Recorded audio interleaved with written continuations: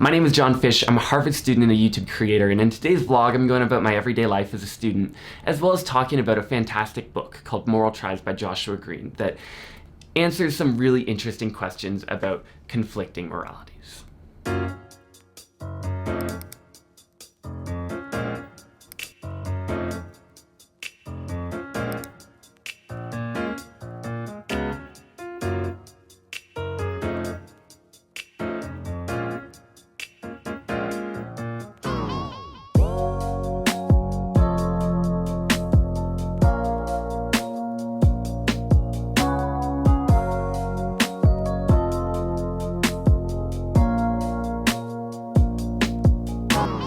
Good morning, everyone. Today is Wednesday, April 3rd. That means it is time for episode 1 of the vlog. Episode 0 was on Monday, so if you haven't seen that already, I recommend that you check it out.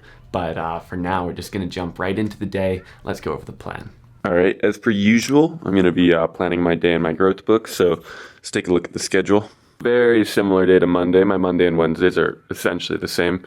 We've got meditate in the morning. I've got a psych section at 9. Film class at 10:30, CS at 12, lunch, do some work, do a workout for a few hours, dinner, work, bed. Pretty mundane day, but that's my life. Goals: meditate in the morning, read for 30 to 60 minutes before bed, solid vlog with a little new segment that wasn't in the Monday vlog, and to finish my psych essay. So that's the plan for the day. Again, made that in my growth book, available on Amazon. So let's get to it.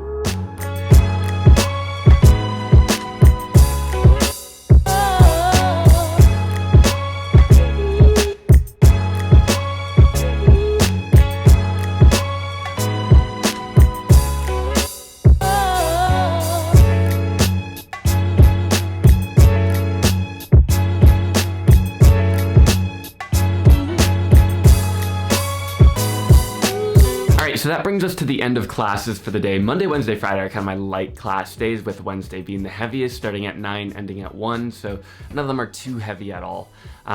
Tuesdays are kind of generally my heavy class day. I've got class in the morning from 10 till 2:30, and then again in the evening from 7 to 10 p.m. So that's kind of my heavy day, but that's why I'm filming on Monday, Wednesday, Friday. So anyways, I'm at the point now where I'm going to start doing some work. The psychology essay is my #1 priority right now, so I'm going to start doing that. So I'm going to be grinding away for a little bit, then I'm going to go work out. So I think it's a good time to do some question and answer. All right, and that concludes the lesson. Any questions? Oh, me. Anyone? Any questions? I have a question. Me. Anyone? Me. Okay, go for it, John. Okay, great. Well, Hey John, it's Sonali, and I want to ask you that how do you stay away from distractions, and how do you control yourself to stop procrastinating, and how do you do it? All right, I want to be really clear. I get distracted and I procrastinate, and everyone that I know at Harvard or elsewhere does the same sometimes. It's not really a question about eliminating, it's a question about minimizing. So what you need to do is set up some structure, and this is how you can kind of allow yourself to procrastinate, but in a healthy way. The way that I do this is, first of all, by planning my days in my growth book with time for rest, some in-between time, right? Where, I say I'm gonna read 30 to 60 minutes before bed. I'm gonna, have meals with friends. I'll dedicate an hour to each meal or something like that, right? And so you dedicate the time where you're not gonna be working, and you don't have to stress about procrastinating and that negative energy in your head. But then when you're actually studying, you do something like the Pomodoro method, where it's 25 minutes on, studying only, and then 5 minutes of whatever break you need. So in that way, you're giving yourself rest and allowing yourself to be much more intense, much more focused during the times where you're actually working. So in this way, it's a Jocko Willink saying that I wrote down: discipline equals freedom, right? By being disciplined, you have the freedom to do the things which you want to do, right?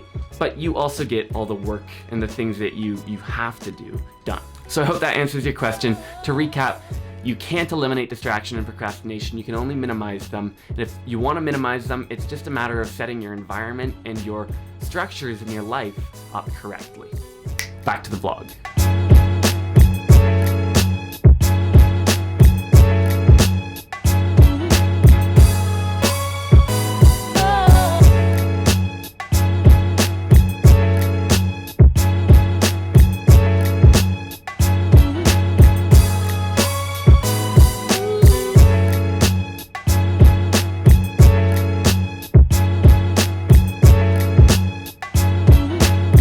right, so yeah, back from working out, back from dinner, and yeah, I feel really good actually today. I got a lot of sleep last night, so I feel pretty well rested and pretty kind of ready to do some work. So gonna work on this essay, gonna work on some blog responses for my other classes. Might go down to the house later on. They're giving out free pie for some event or something, so my roommates and I might go down there. But yeah, just gonna be grinding. So I figure it's a good time to kind of throw in a segment of well.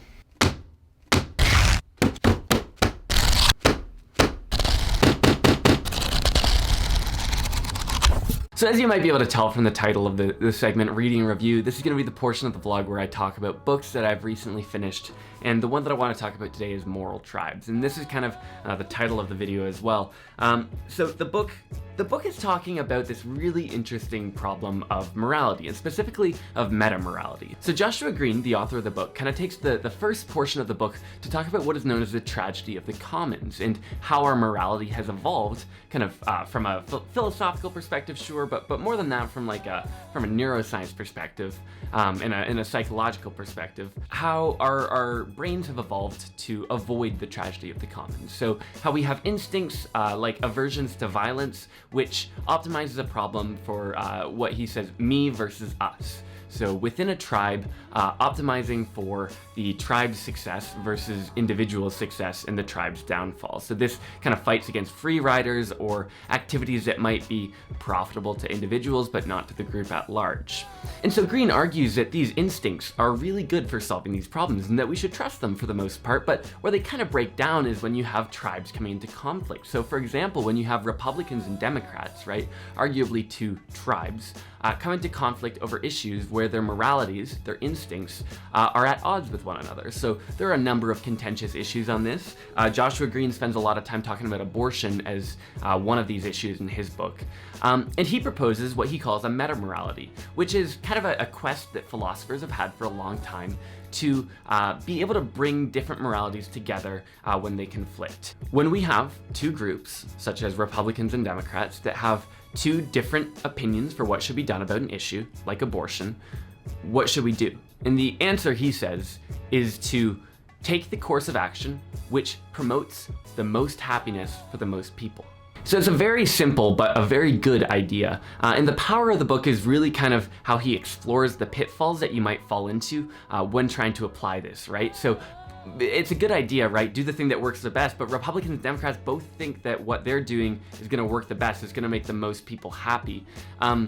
So, you know, doesn't that just push the problem down further? Well, no, not really. There are better ways of measuring these things, and it'd be a little bit too much for me to go into all of that right here, but I highly recommend the book Moral Tribes. You can find a link to it in the description of this video on my Amazon shop, along with all the other books that I've read. And yeah, this has been Reading Review.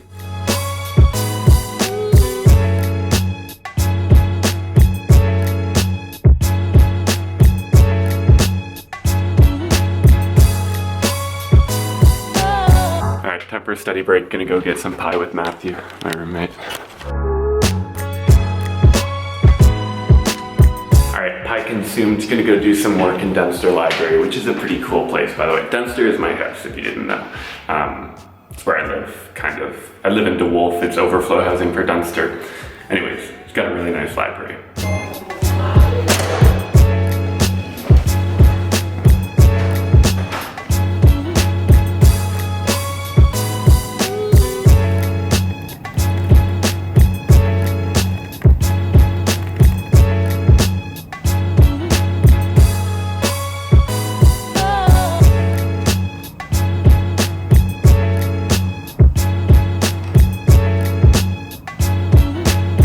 Alright, I'm back in the room. If you can't tell, a little bit tired. Gonna read for a little bit. I picked up my next book. I'm gonna read the autobiography of Malcolm X. I've heard it's amazing, and I want to kind of get through some more autobiographies right now. I don't know, it's just kind of the mood that I'm in.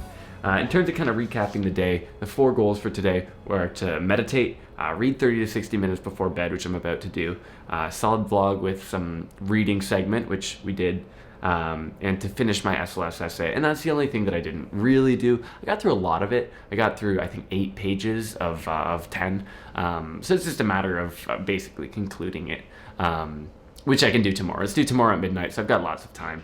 But I wanted to get through it because I have another essay, but it doesn't really matter. I'll finish it in time and it'll be fine. It's only a rough draft anyways. So yeah, that was a day. I hope you enjoyed this Wednesday, April 3rd. If you did, feel free to leave a like, leave a comment, message me on Instagram at thejohnfish, and of course, don't forget to subscribe. I'll be back again on Friday and every Monday, Wednesday, Friday of this month, April 2019. See you next time.